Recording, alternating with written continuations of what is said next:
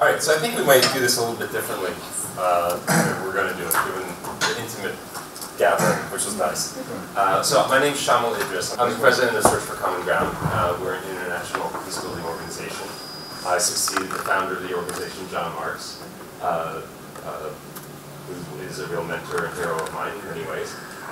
Yeah, we'll talk a little bit about why we're here in this session, but we've got a few enough people that I think we should actually go around. And what I would love would be just first name, where you're from geographically, where you spend most of your time. And then usually that might be a plane, but pick a town or a city or whatever. And then the theme for this whole week, ending today, is around creating common ground and crossing fault lines. So the third thing I'd like you to share is just one fault line that's deeply concerning to you, in a sentence, not a paragraph. So again, first name, where you're coming here from, and a fault line that's deeply concerning to you. My name's Shamal. I live in Washington, D.C. And a concern for me, a fault line that's concerning me greatly right now is the deep multiracial political divide in my own country, in the U.S. Greg Houston. I also work with Search for Common Ground. We'll get into where you're. Oh, sorry. Sorry. See, I did it on purpose to prove a point. I'm from Washington, D.C., but really from Arizona. And the issue that concerns me the most is the global concern, global fear of immigration. Rob Shank, Washington, D.C. So many concerns, but one among many, the religious secular divide. Abby Disney, New York. We all need eye contact too. Violence, just the attitudes toward violence. So my name is Adrian. I live in Burundi, a journalist, and my bigger concern is the violence that is spreading worldwide.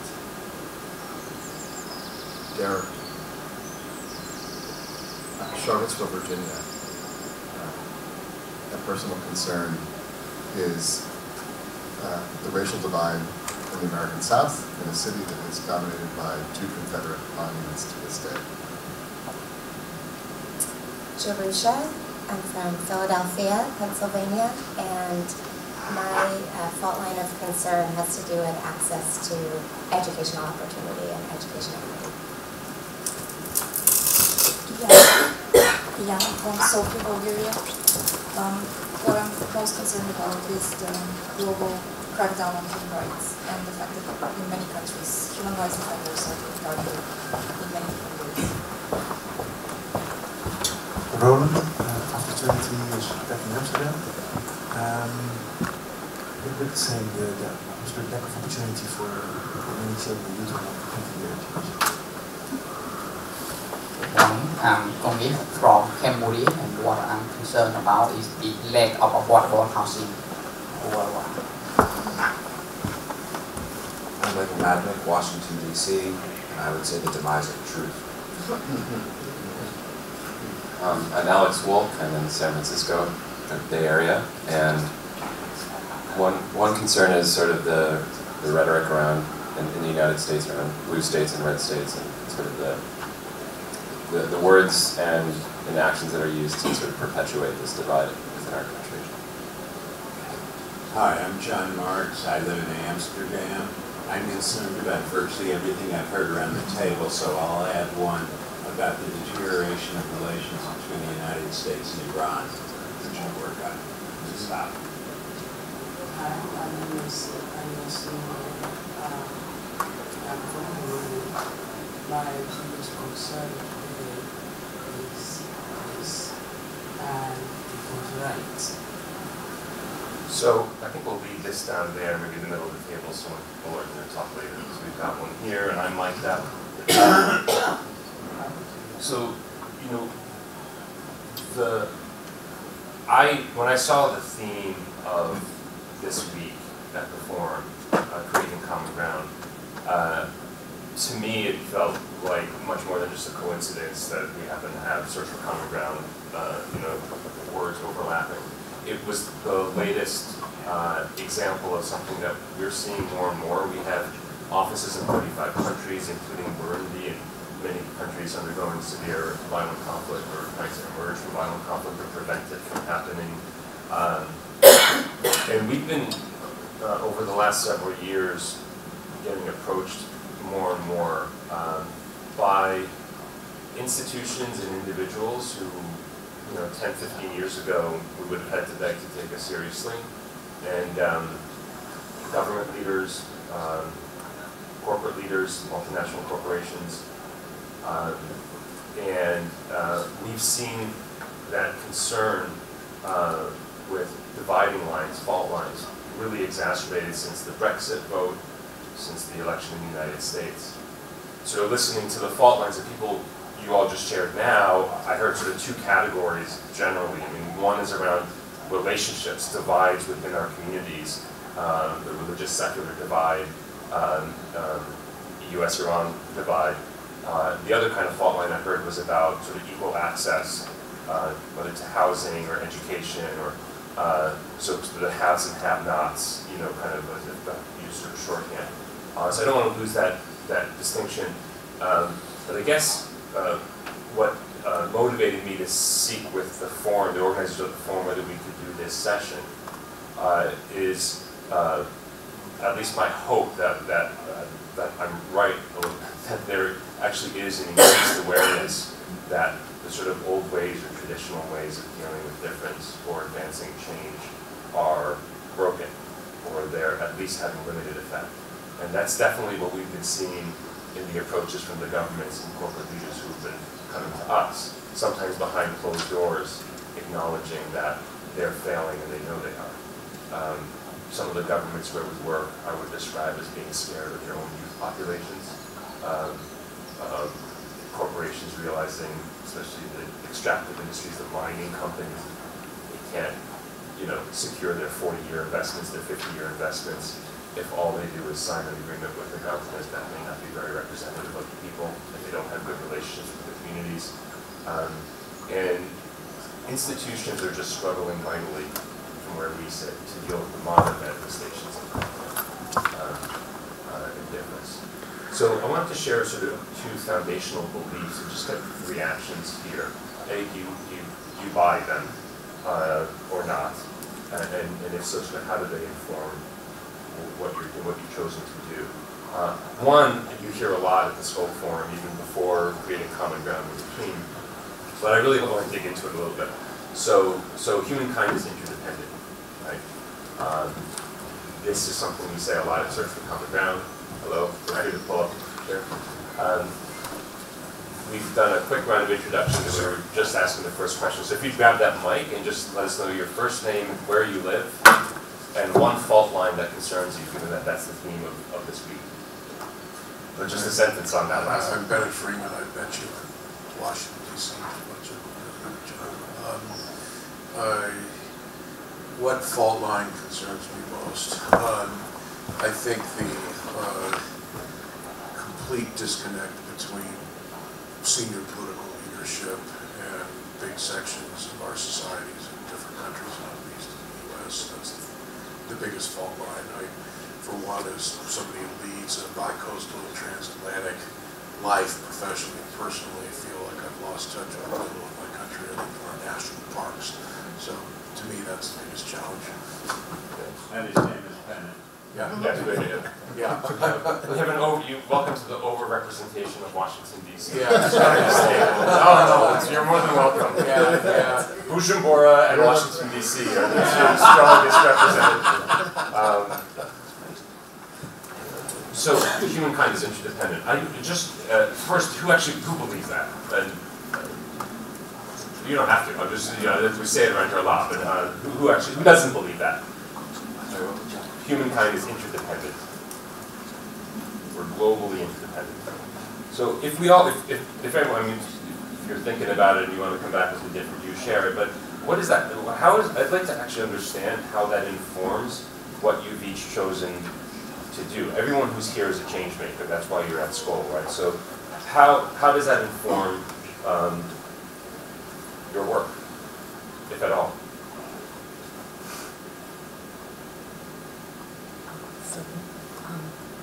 I do do a lot of work around peace building, and mainly around what women do.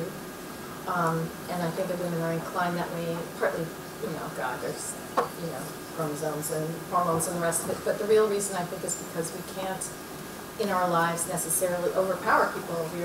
That's not something we can do. And so we're never, we haven't been socialized to think of conflict in that way. And so we have to cooperate, we have to work with each other, we have to work in groups. We have no choice if we want to have even any kind of say in what goes on. So for me, the moment in my life when I realized that everything was interdependent was when I was delivering my children, and I realized that I was a good guy, unless there were people there to help me. And if I didn't lean back into it and love the people who helped me, then nothing great was going to happen. And I think that because of that, it just opened me up to the idea that it was foolish to think anyone should want to be independent. Just nodding.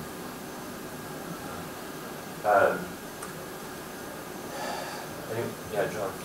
Yeah, I think most of us know on a personal level that we're interdependent. In other words, in our families, if we don't act in that way, our marriages break up, our kids don't talk to us and stuff like that.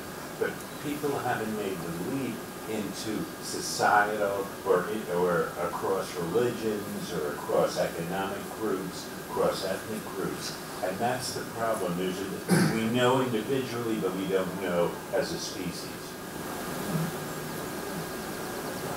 I'll say something, and I apologize if it's a little bit too off topic, but there was being interdependent is a part of, I think it's been an innately part of my sense growing up. I think my mother used to say I was very sick as a child and I was tied down to a bed for a long time as a baby, and then there was a sense of like, that kind of, psychologically made up that way. But I'm going to actually talk about something about interdependence, which I think is a wrong way to think about interdependence. Somebody posted on social media last night a Milton Friedman analysis of how interdependent we are in the global economy. And he uses a pencil to essentially break down all the constituent parts of the pencil. And his final point is to say, capitalism is a force for peace and compassion. And I just recoiled against that because I thought Bono's quote the other day was absolutely right. It's not immoral, it's amoral. And our interdependence means something that where we recognize human interdependence, not just the transaction independence that capitalism brings us. And that's sort of the radical empathy. I've worked in a peace building organization with a guy who John has known for 30 years, RSC Group, and everything that we focus on is trying to create processes where political stakeholders who are long in conflict will come together in a process of open inquiry, but where people come around tables like this, where there is no head and no foot, and begin to explore the issues that divide them and the issues that bring them together. So you go into a space then that I guess I wanted to dig into a little bit with Roel, which is, and introduce yourself with the microphone. It's very simple intros. It's just your first name, where you live most of the time, and one fault line in one sentence that concerns you, since the theme of this week is fault lines. Name? Lori Aspen, incoming water. You get the award for response. Well done.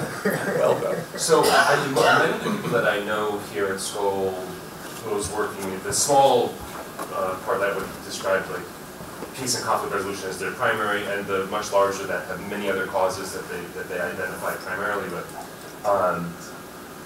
that believe that humankind is interdependent, and it seems to have in some ways motivated people to choose the field of endeavor that they've chosen. I don't know how much it informs how people are going about their work, which is where you were getting into. So it's one thing to say humankind is interdependent. Somebody's suffering over there, I'm demeaned over here, or like John saying, your family feel that way. But going to where you're going, which is therefore the best way to drive change is actually to get everybody who's going to be affected on this issue together, including across these fault lines. That seems to me much, unfortunately, more rare as an approach. And so I'm just curious how much people feel like this interdependence of humankind, which can be thought of also as we're not going to go forward unless we all go forward together, including the people with whom I might most disagree. I'm just curious how much that actually does inform, strategy, tactics, how people are going about driving the change that we're all trying to drive.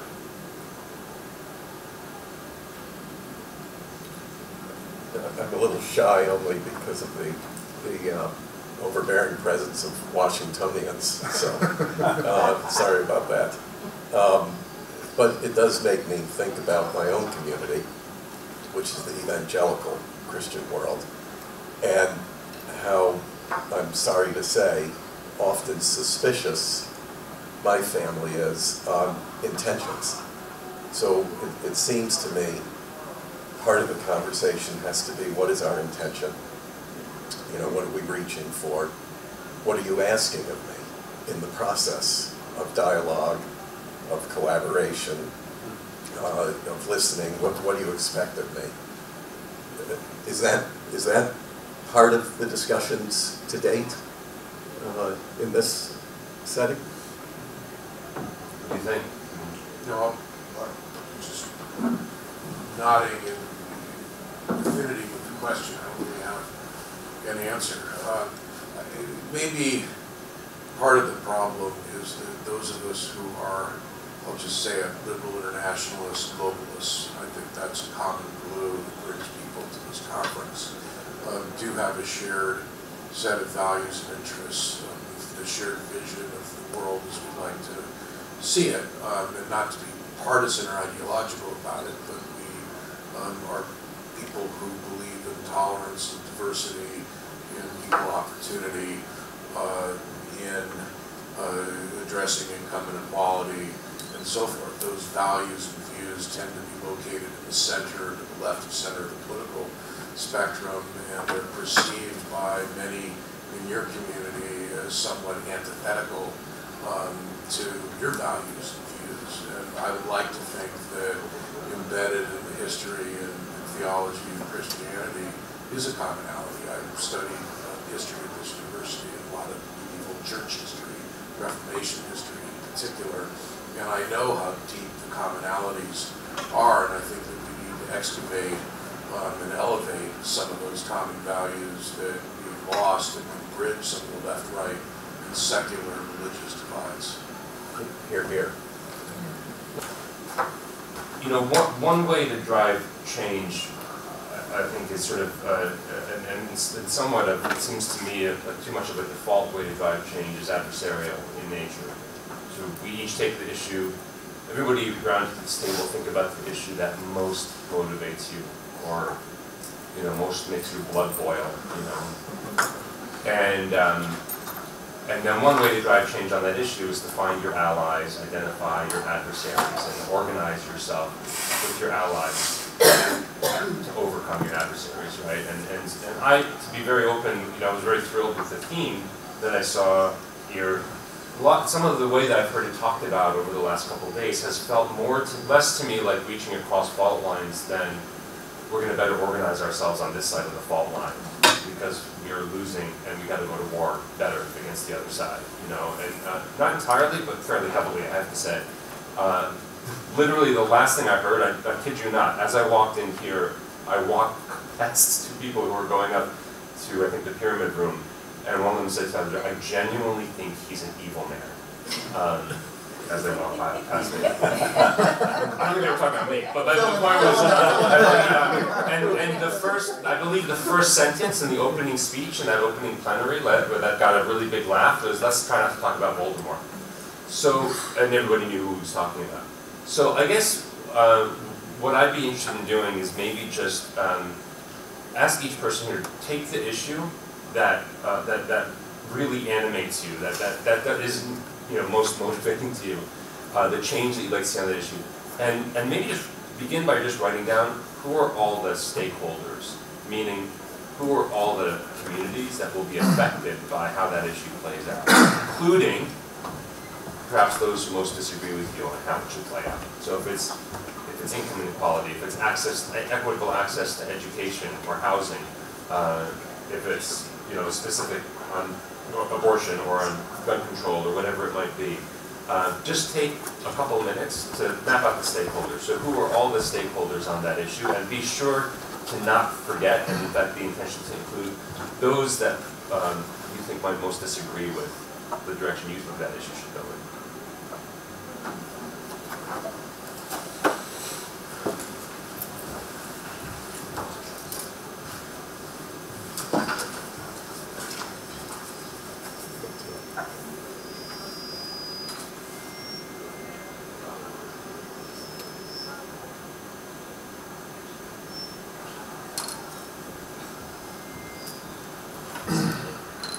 Okay. Maybe somebody who hasn't spoken up yet can share. I'd love to hear what the issue is, and then go through your list of stakeholders. So, who would like to go? Okay, grab a microphone. So you just want me to go through the list? Yeah, and what's the issue first? Okay, so the issue is education equity as a democratic project, and obviously the key stakeholders are students and parents and educators, teachers, citizens, but also corporate ed reformers, edupreneurs, profiteers, textbook manufacturers, policymakers from federal to local, school board superintendents. That's the list. And which would be the ones that would be hardest for you to reach out to or find common cause with, do you imagine, on that list? Betsy DeVos. Who, for people? Secretary of Education in the U.S. And why is that? Because her view of education as a marketplace is fundamentally ideologically different from my own view of it as a foundational to democracy. So she's an individual, a particularly powerful individual, but what does she represent? There's a larger sector there, right? What sector would you call it? Is that, what stakeholder group is that? I would call it the neoliberal education reformers. How would they describe themselves, you think? They like to deploy the language of equity and civil rights when it comes to access to education and opportunity. So they would probably use terms like school choice? Yeah. Or, okay. Have you worked across those lines at all in the past? No, I find myself becoming more entrenched in my camp. Can I just insert quickly, please? I've had dinner in her home, so I'd be happy to make the introduction.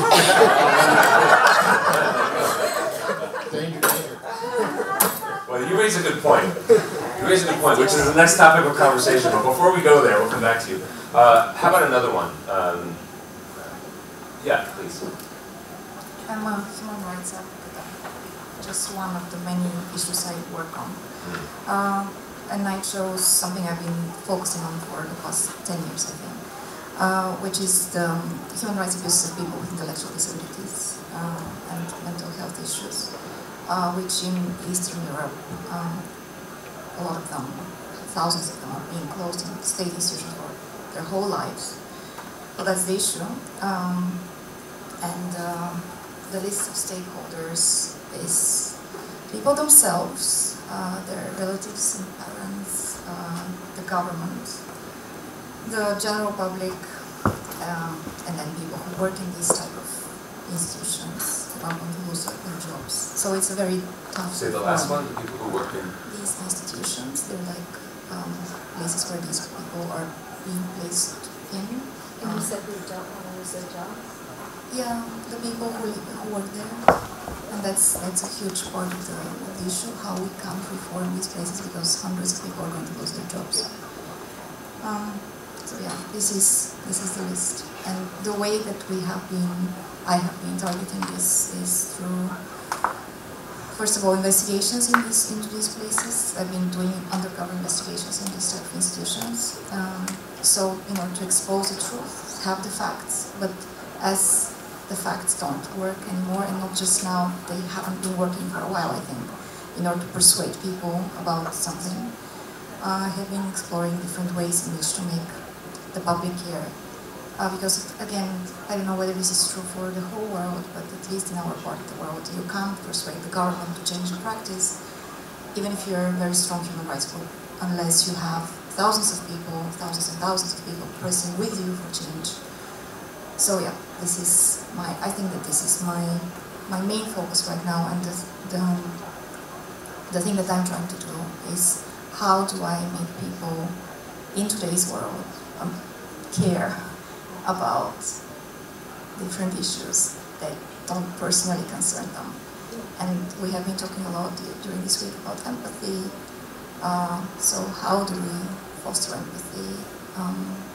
How do we make people press with us for this, in many cases, for other people's lives? So that's it. So you said several pretty profound things about facts don't seem to matter or change much. The communities, the stakeholder groups that you listed, the ones that might be most difficult for you to actually sit with and work, maybe even imagine yourself working closely with, who would that be? Would those people who were worried about losing their jobs, the policy, who would it be? I think that that the most difficult part is the government, because the people who might lose their jobs, there are actually ways in which you can train these people and they can start providing different types of services. So it's not necessarily end for them. It could be a new beginning. But I think that the most heartless type of people I've ever encountered are the people in government, because they're not in any way connected to this issue, and it's just so easy for them just to forget about it or just push it to the margins. So that's, but in order, sorry for repeating myself, but I think that in order to make government care, it is not just enough to sit with them at a table and talk facts and talk international practices and show them how it should be done. You have to exercise media pressure and public pressure in order to make them do something about the issue. And I don't think that I've ever made someone in the government. We have a lot of successes, not just with this issue. Just as an example, because of our campaigning, all 25 institutions for children are now closed for campaigning for 5 years. I don't think that I've ever made someone in the government care about an issue, but I've made them do something about it just because they were afraid of the pressure we have been exercising. So, if you don't mind, I think this is fascinating. I'd like to, and I don't know the situation at all, so I don't even pretend any knowledge. It's interesting though, the founder of Search for Common Ground, my predecessor, came out of investigative reporting as well and was very into the change that can be driven by that, which is very brave work. I just, that last thing that you just said, you don't know that you've ever been able to get somebody to actually care, but you've been able to pressure them to change anyway, through mass mobilization or, so I don't, who was in the session we had the first morning where Abby, Rob, Adriana, and Agnes were on the stage? Was anybody here in that session? So,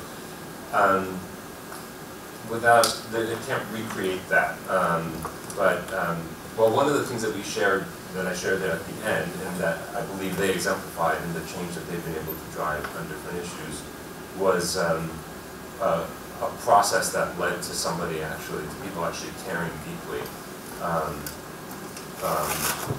that they might not have thought would ever have happened before. And it definitely didn't come, as you're right, it definitely didn't come from sharing facts.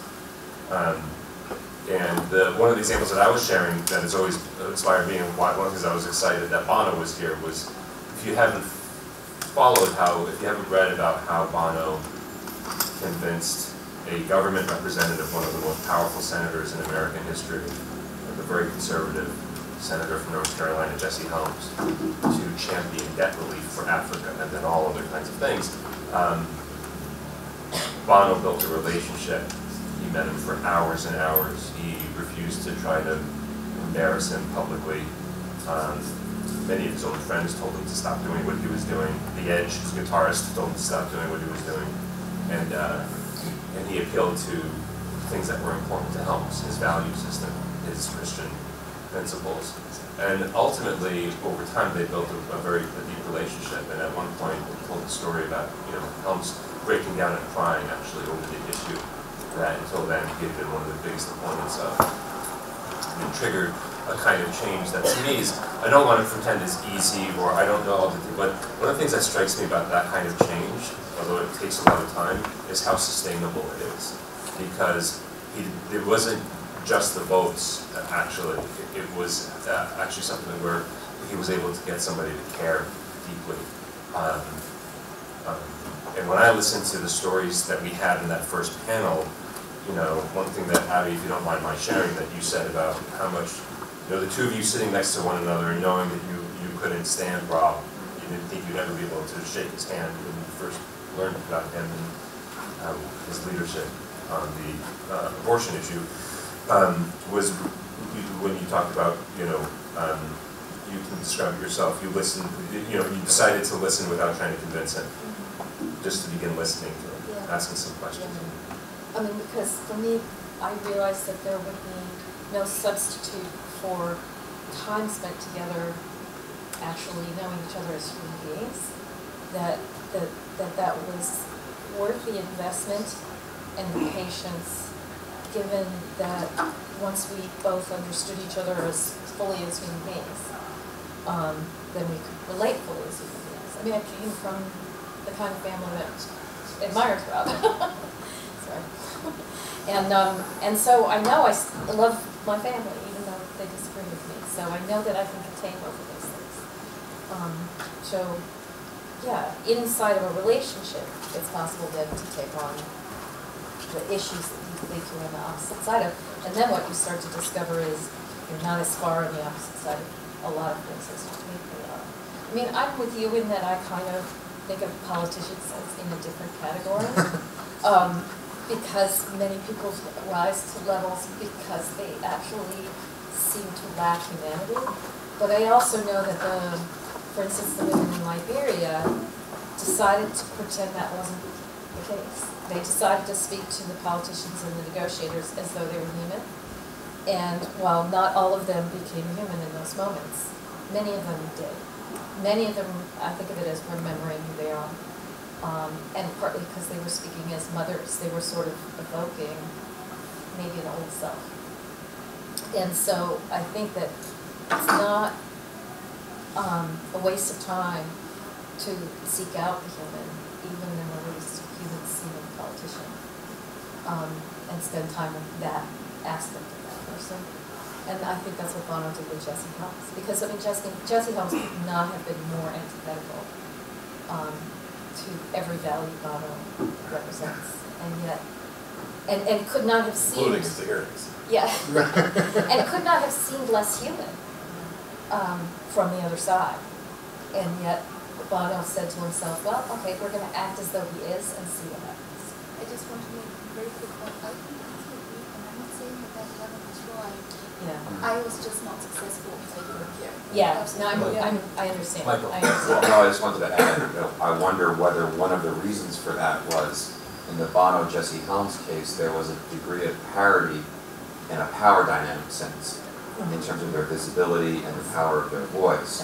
That enabled the ability for while Bono maybe made the effort, Helms needed, for whatever reason, at some point to respond or engage or connect in a way that perhaps you needed to create some level of parity, so that they, and that's a question that I think goes to this question of in what settings are people willing to come to a table, even if they don't want to understand difference, and what is the degree of necessary parity between them? I'm just wondering from your perspective about how one gets to that point. Well, let me just share, at least just from our work at Search, just to be very open, this is not me as some great peace builder. I have the genuine honor to represent here people like Agnes and Jan, who have actually risked their lives on the ground in cases, bridging these divides when they had their lives threatened and that kind of thing.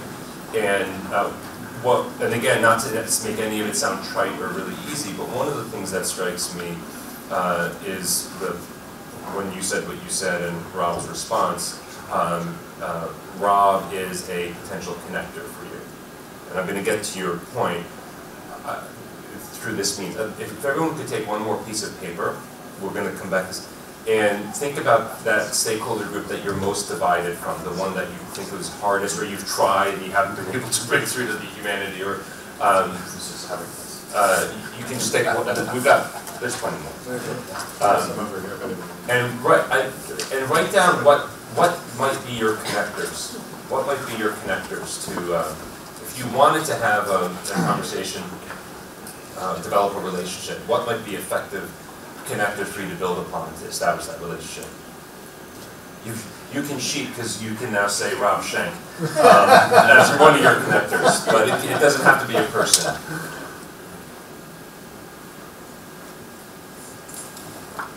So maybe somebody who hasn't talked much, you want to share your issue, the stakeholder group that you're pretty divided from, and what a connector might be?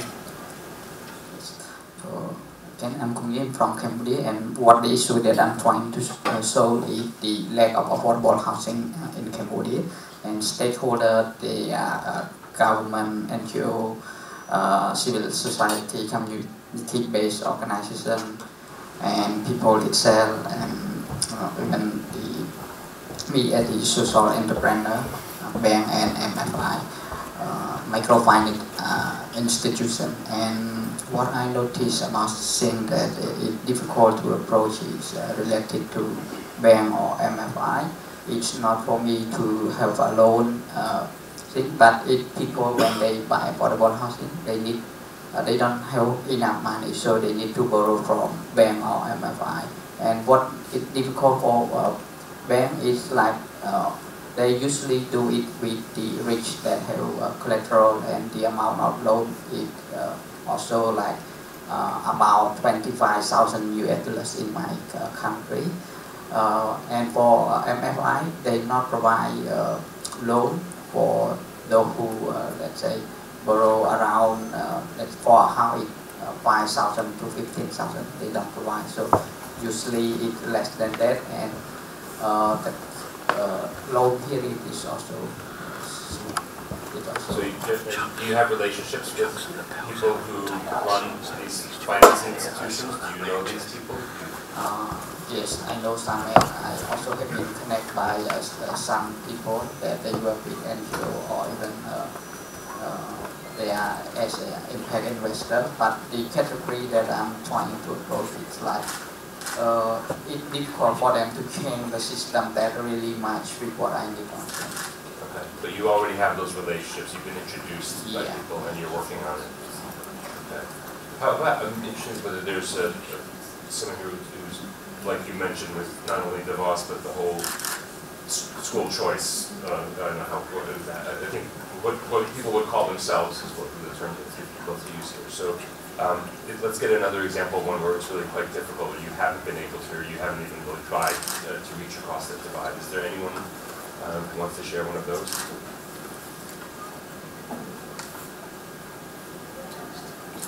I can share. I spoke again. I was the one who mentioned racial divide. I think you actually putting those guys to make us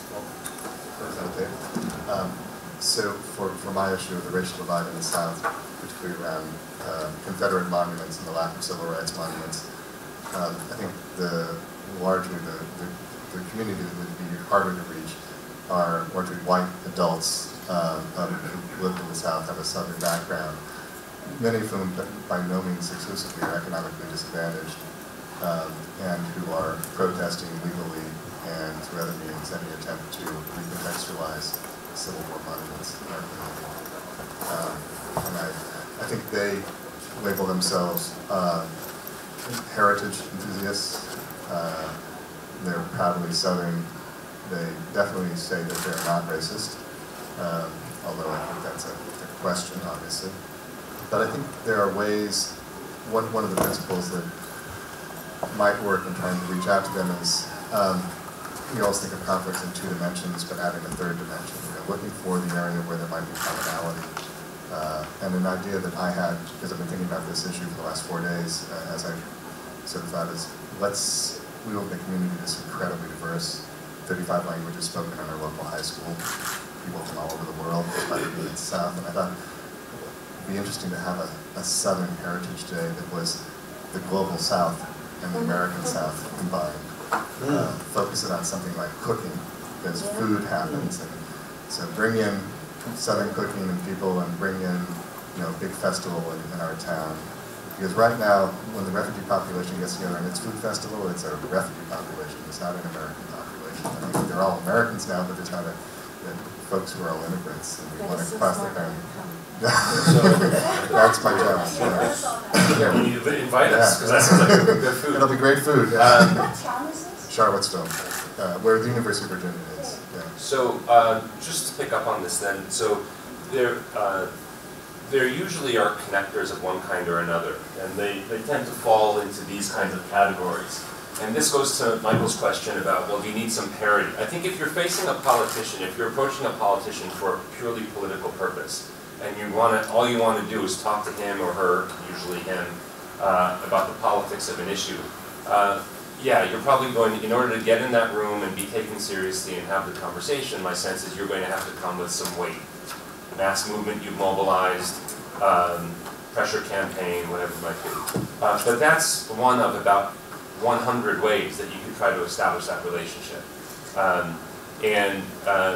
It's an understandable one, because the core issue you want to address is the politics, right? It's the policy on the issue you were talking about. But it might be common experiences that you all have had, a common passion for food. It might be, you know, everybody goes to the same school here. I mean, we might be divided on 50 other things, but everyone goes to the same school, or we all go to the same park on Sundays, or we have a similar interest. There's a sports team everybody likes. So, and just one thing to share, you know, if my sense is that part of what we need to try to at least consider doing, if we go back to the beginning that the world's interdependent, and then we say, okay, so in that interdependent world, we have causes we want to drive.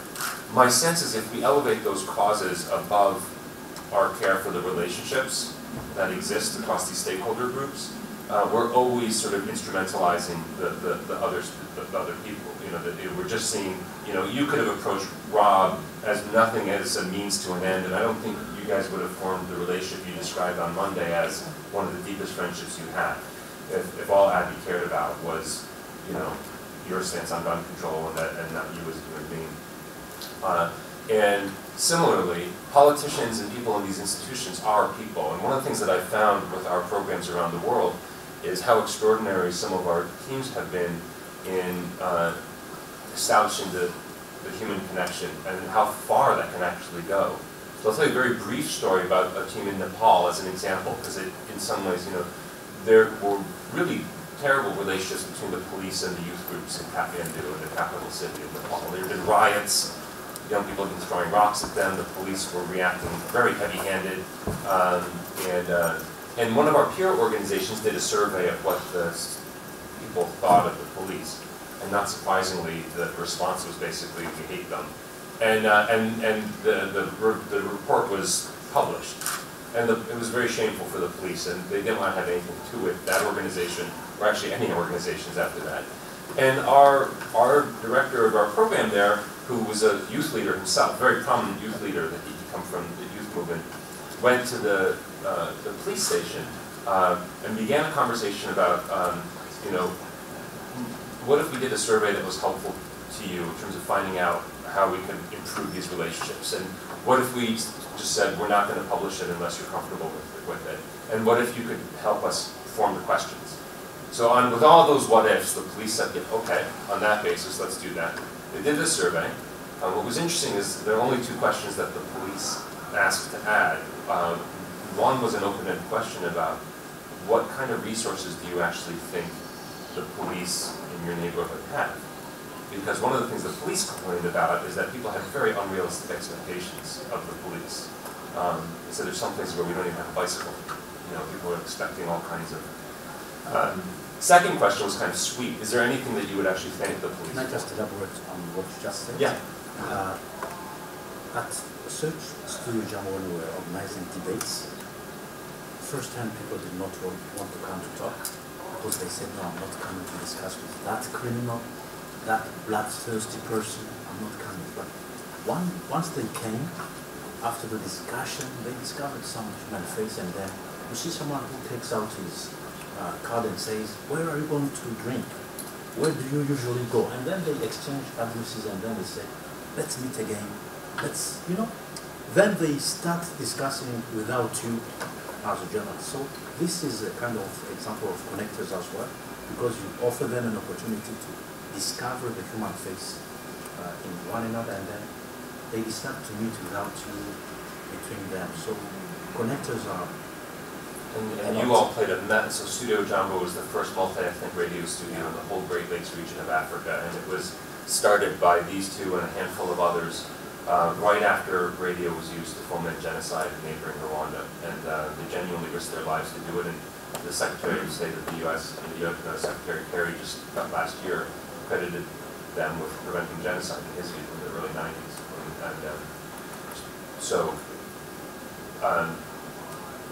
Well, that's again a dialogue model, but with the Nepalese example, it was, let's just start with the survey. And the second question that they added was this sweet question: is there anything you would thank the police for? And it was like 75% said no, but there was like the 20-25% that said yes. This started enough of a relationship that our team there was then able to convince the police and the youth groups, who were also aware of the police, to start soccer tournaments on the weekend. That they would play, they'd mix the teams, they would play in the tournaments, they'd get to know each other that way. That then developed into the first reality television program, which is now happening, about young people who want to join the police force and the skills they have to demonstrate, and it's all these skills of community policing. But finally, after 4.5 years of this gradual building of the relationship and humanization, and getting the police to care about the young people and the young people to also know the police chief approached Raj a year and a half ago, and asked for his and our team's help in rolling out a community policing initiative citywide. This is patient, and there are millions of examples, not millions, there are lots of these examples, not only our organization, but others, where people first start thinking, they step back from, I got to convince this person about this policy. I got to convince Rob about gun control. I got to convince Jesse, and it starts with, who are the stakeholders? How can I connect to them? Especially the ones who most disagree with me. I'm going to prioritize building a relationship with them initially, above driving the change. I need that relationship, because if we are all interdependent, then the kind of change I'll drive through a pressure campaign might also be very short-lived. I mean, it might stick, but it might just wait until the next pressure campaign. We're seeing this in my country. We're flipping back and forth from George W. Bush to Barack Obama to Donald Trump. It's pretty wild.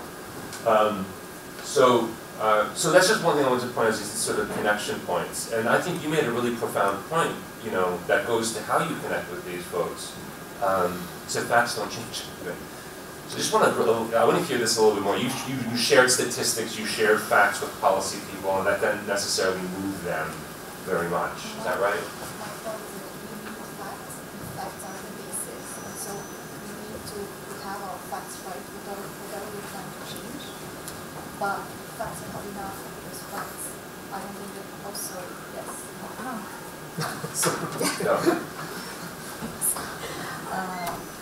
Facts, in my experience, they just are not as effective as they used to be. And also there are so many different reasons, because there are so many. We live in this age where we all get our information from our social media feeds, and there is so much there, and you're fighting for attention, so many other issues. So, yes. Well, yes, please.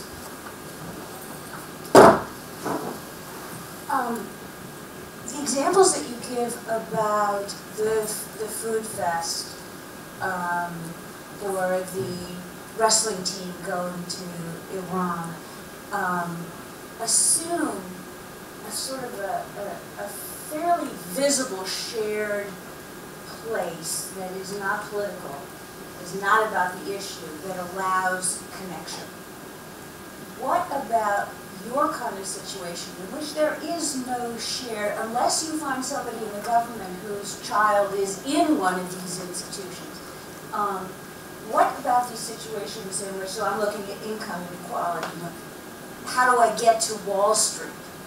I'm not going to go play soccer on Wall Street. I'm not going to play soccer at all, but, you know, how do those, I mean, how do you create connections where there is not a regional sort of a community or there's not already some level of affinity group, even though it's not obvious at first? Right. What do people think I of think that? talking stick. Talking stick. I think that the first step is to break Wall Street down, because you know there isn't all Wall Street, right? So there are component parts of Wall Street, and so first you disaggregate Wall Street, and within Wall Street there are maybe interest groups, maybe some professional organizations, maybe they're just individuals who are particularly influential.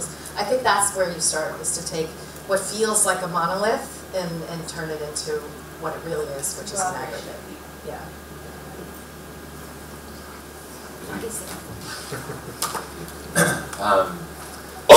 So in the work that I'm doing, we're supporting within our climate change work, we think a lot about organizations who are trying to engage other constituent groups, particularly now in light of the election, who are, you know, who may at a political level or the presidential politics level may not agree with them, but on the issue of climate change, or we may not want to call it that, they may. So we think a lot about kind of the messenger who's bringing that message. And on the one hand, when I think about like the messenger, like who's the right person to deliver the message, and how do we have organizing models that are more what we call relational, and you're building more authentic relationships. On the one hand, I'm trying to see it on a spectrum because it sounds like a little forced. Like I would much rather have like the soccer situation where you can sort of just engage in something that's totally outside of the context in which you're really working in. But there are sort of different levels. So, for example, you know, we want to work, we encourage some of the organizations we support, or rather we provide them the opportunity to engage to engage with other more, say, you know, excuse me, they're trying to think of a good example. To work, if you are an environmental organization and you want to, you know, reach maybe more conservative constituents, okay, so is your group the right group to be delivering that message? Maybe you want to partner with a different kind of a group that is maybe a faith-based group or a business council, and trying to build those sort of intermediate relationships to say, okay, maybe you're the better sort of messenger to kind of to speak to this group. I don't know if they're equivalent sort of like intermediary partners. Two other things, and John, I was going to ask you let me just introduce two things briefly, and then I'll come to you. One is when in our field where we're dealing specifically with conflict, there's a very predominant kind of way of kind of assessing conflict situations. They call them, you know, conflict analyses or fragility fragility scans, all this kind of stuff. And they tend to lead to hopelessness. Especially in very severe conflict settings like Syria today. And so you go in and you do a scan of what's going wrong, and it feels like everything. Another approach, which it comes more out of organizational change, organizational development, you know, is an appreciative inquiry approach, where you don't ignore what's going wrong because it's going to hit you over the head anyway. But you go in and try to identify where might there be nodes of positivity. In this uncaring government, is there anyone, a legislator, a minister, anyone who actually seems a little bit more human or concerned about this issue? In this out of control military that is abusing rights everywhere, is there a colonel who's trying to get control over his soldiers? In this Wall Street conglomerate, is there somebody who is on the board of a charity that seems somewhat affiliated? And you look for the nodes of positivity, And when you find them, and you always find them when you look for them is the thing. In the most hopeless seeming situations you find them, those are the people we gravitate to, either directly or through a trusted intermediary. And what ends up happening there oftentimes is you can build from that, you can really build from that space. Have a conversation, getting to know them, getting to know what they're trying to make happen. But the thing that's interesting is if you don't, if you have a meeting with the same person and you're doing your fragility scan, or they come up, somebody mentions them to you, you actually you're much more likely to dismiss them entirely. Like if you're not looking for them, you ignore them, you discount them as being irrelevant. Sure, that's one nice colonel. The main issue is that the military is out of control. That's one nice, minister. This government's totally corrupt. So that's the first thing I would just share, is that it goes to your point about monoliths and not monoliths. It's not just disaggregating, but it's actually looking for any nodes of positivity, which you will always find in any setting. And the second thing I just want to raise, and for those who has many mediation, many people may here have been through mediation training, but one of the first things you learn as a mediator is the difference between positions and interests, right? It's one of the first things you learn. It's the key to unlocking, difficult conflicts, whether they're between a husband and a wife or between US and Iran, right? And the very basic thing is that the positions are always very obvious. They're the first things that you see. Someone's pro-life or pro-choice, or they're for school choice, so they're against it. In fact, the way that positions are labeled is specifically to have no overlap between them. The whole point is to make clear that they are, they're distinct positions. And so positions tend to be very small, narrow, and narrowly defined. And when you introduce fear, violence, trauma, anger in between two communities, those positions tend to get smaller and further apart. So whereas before you might have been, for some blend of school choice and something else, once you've been beaten over the head by these advocates who treat you like a faceless enemy, now you're for nothing but school choice. And this happens all the time in conflict, so the positions. In every conflict, what we see, and this is, for those of you who've done mediation training, I know it's very basic for you, but is that the interesting thing about positions is that for every position, there are many, many, many, many interests. And by interest, we define those not just as rational interests, but value-based, principles. They faith-based principles. They might be fears, hopes. I'm for gun control because I'm worried about my children's future and my children's safety in this dangerous neighborhood. I'm against gun control because I'm worried about my children's safety in this dangerous neighborhood. And what you find is, if you can get past the positions, you'll find a lot of, it's like a syringe. You'll find a lot of overlapping values, hopes, fears, and so how do you discover those? The easiest way is to ask questions, and the best question is always why. So someone tells you what they believe in, what they stand for, why. They explain that, why do you feel that, why, and my children are very good at this. All children are very good. They drive me crazy with the why. But when you ask enough whys, you can get down to what's really motivating someone. John was waiting, John first, then maybe Abby. Yeah, I would say that in virtually everybody's Rolodex, their address book, you can connect with 1 degree of separation with virtually anyone in the world. Maybe it's going to take 2 or 3. With men, sports tend to be a really good connector. Skiing, kayaking, they probably come to Aspen on vacations and that kind of thing. But there's another element you need to add to it, and it's what I would call the Woody Allen principle, that 80% of success is showing up. You have to keep showing up. If you just try to do it on a one-time basis, come to my house for one time, there needs to be a persistence and a continuance of it. And usually it gets interesting around the 10th year. Oh. Yes, right, exactly. I was just going to say a small thing, which is that I think the problem with American politics is that interests and positions are now officially the same thing.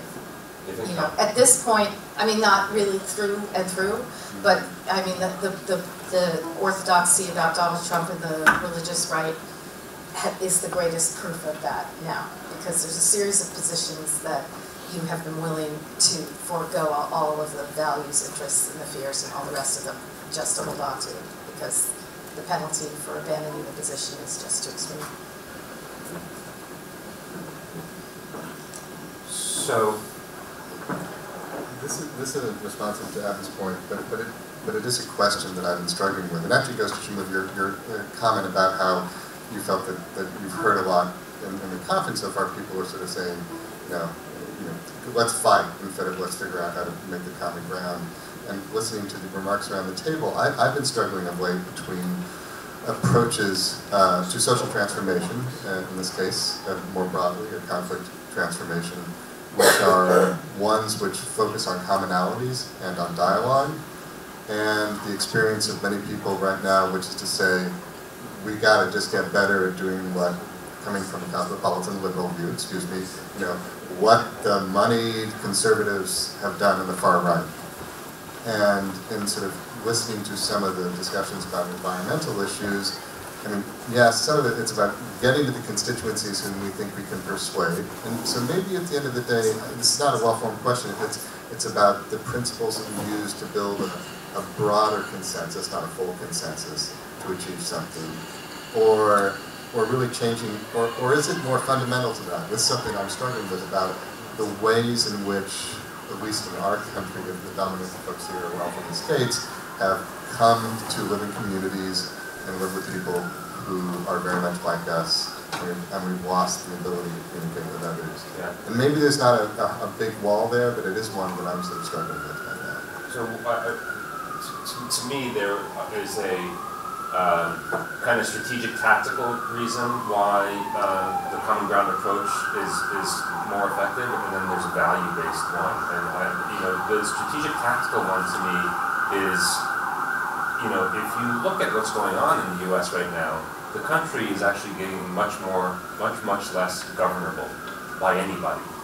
In the U.S., we haven't had any major reform or law passed on anything in the last 15 years on a bipartisan basis. It's either been when one party has dominated all levels of government, or at least the legislature and the presidency, for usually a short period of time, like 2 years, or by executive action. And if you look at what's happening, if you track what the Southern Poverty Law Center is tracking, this is an American organization that looks into the rise of hate groups in the U.S. There's been a doubling in the membership of hate groups, race-based and other hate groups, white nationalists, black separatists, a doubling in the last 10 years. And there's been a tenfold increase in the last 10 years, a tenfold increase. And in the number of patriot groups, these are the anti-government groups, those have doubled over the same period of time. So, and under Obama, so this whole phenomenon where, we were talking about this, where sheriffs across the U.S. were refusing to enforce certain laws that they saw coming from this overbearing, tyrannical federal government. And now under Trump, you're seeing people in the bureaucracy, I know some of them, who are purposely not doing their jobs or trying to slow things down. That's a recipe, and while my politics align more with the latter, that's a recipe for a country becoming truly ungovernable. State attorneys general deciding they're not going to marry these people just because the federal government says they have to, So that's about a whole system that's broken. I don't know that I know that the perception might be that the people on the political right are winning, but I think actually the country is becoming much less governable, to the point where if you look at those factors of cohesion between our communities and trust between the communities and the government, they're at the lowest level since the 60s and the early 70s, which was the last era of real political violence in our country, assassinations, and so I think it's much more for, if there's a Tea Party of the left right now that has the litmuses, it might be good for short-term democratic gain. It'll probably be just as bad for the governance of the country. That, to me, that's just a tactical reason. But the spiritual or value-based reason for me, that's much more, I think it's a very unsatisfying and out of integrity way to drive change at the end of the day. And I say that not wanting to be judgmental towards people who are, this is for me. I think it's impossible to drive, I think it's really impossible to create a just world through unjust means, or a non-adversarial collaborative world through adversarial demeaning means. And I think the power of this approach is the means and the ends are totally aligned. That I'm going to elevate the dignity of my adversary just as much as the cause I'm going to try to drive, in opposition to them. And I think if you do that, there's something profound. I mean, that might not truck with some people, but I feel like that's in some ways the deeper element. But I don't deny, I hear, and Abby, you're in these democratic organizing conversations, so you're hearing this. You're hearing some people saying we got to reach out more. You're hearing other people saying we got to go to war. I think that just for me personally, I think the idea of,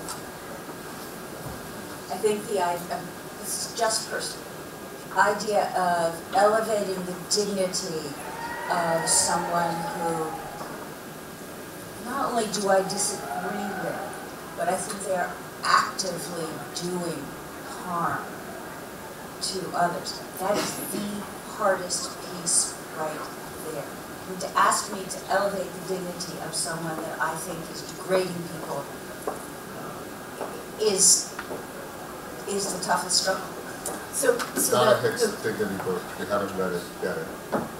Yeah, Donna Hicks wrote a book on dignity, which is absolutely to this point. It's brilliant. Yeah. So, I mean, that is what I was afraid of, going into Rob's world, because I had, again, a monolith in my head, and it wasn't a monolith.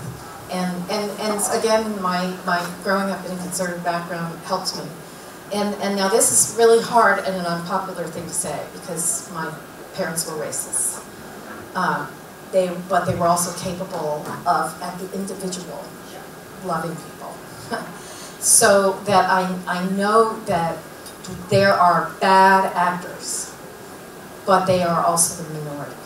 And so if you take the monolith and you break it down, and you take out of your heart that some people are just, you allow for the idea that some, but a small minority of people are unspeakable, you can't talk to them, that's it. But we recognize that they are a very small number, and you allow for the idea that you will talk to people that you know have said and done bad things, then all of a sudden there's a chance for progress. But it's a really difficult, it's the hardest thing in the world. So I need to, sorry, we've gone over, I want to wrap up. I know it's like the last day and most people are meeting in the Collaboration Cafe. I just want to wrap with two things. One is, in terms of the steps that we were going to do exercise and I was going to have you blow up balloons and pop them with each other. It would have worked better with a larger group. It wasn't going to quite work. No, with this smaller group, I thought just an exchange between us might be better. But just 5 steps that I would throw out there, just for people's consideration, is you already know the issues you really care about. I don't know how much people have reflected on the process they're going to take to deal with those issues. What are you willing and not willing to do? What lines are you willing and not willing to cross in terms of reaching out, especially to those with whom you most disagree, the DeVosses of the world for you or wherever else it might be. So deciding what kind of change you want to drive, whether it's going to be this adversarial, organize on our side, go to war, or this collaborative, identify all the stakeholders and focus on building relationships with them over time, it's to reflect on that. I think second, if you choose the latter one, my suggestion would be to surround yourself with people, or at least get 1 or 2 people who will support that in you. Because as people who have done this are knocking their head, our friends and colleagues sometimes our identity is very much wrapped up in what we're against and who we won't talk to, and you will get attacked, and people will get it, especially the big advocates. I can imagine with how much you out there, you probably have supporters who, I don't know how they would feel if you started really working hard to build friendships across some of these divides. So take care of yourself, by at least having some of those people in your circles. Then 3, then you get to the stuff we did today. Map out those stakeholders. Look at the ones that you most disagree with. And 4th, identify the connectors. It could be any of those many, many different ways that don't have to be specific to the issue. And then find any which way to start cooperating based on those connectors. It could be going to a game together. It could be the cookout of the Southern Hemisphere cookout. It could be something closer to the actual conflict itself. But what we found is that the virtuous cycle that leads to really profound change is that cooperation deepens the relationship. As the relationship deepens, it enables a deeper kind of cooperation. And ultimately, it can enable cooperation on the very core issues that are driving your differences. And if you handed these out, if you open them up, the middle flap just has a sort of a few points for consideration as you think about the change you're driving. But listen, thank you very much. And I was done with the forum, and I'm glad that you all you filled the room, even if we didn't physically fill the room. So, thank you. Thank you.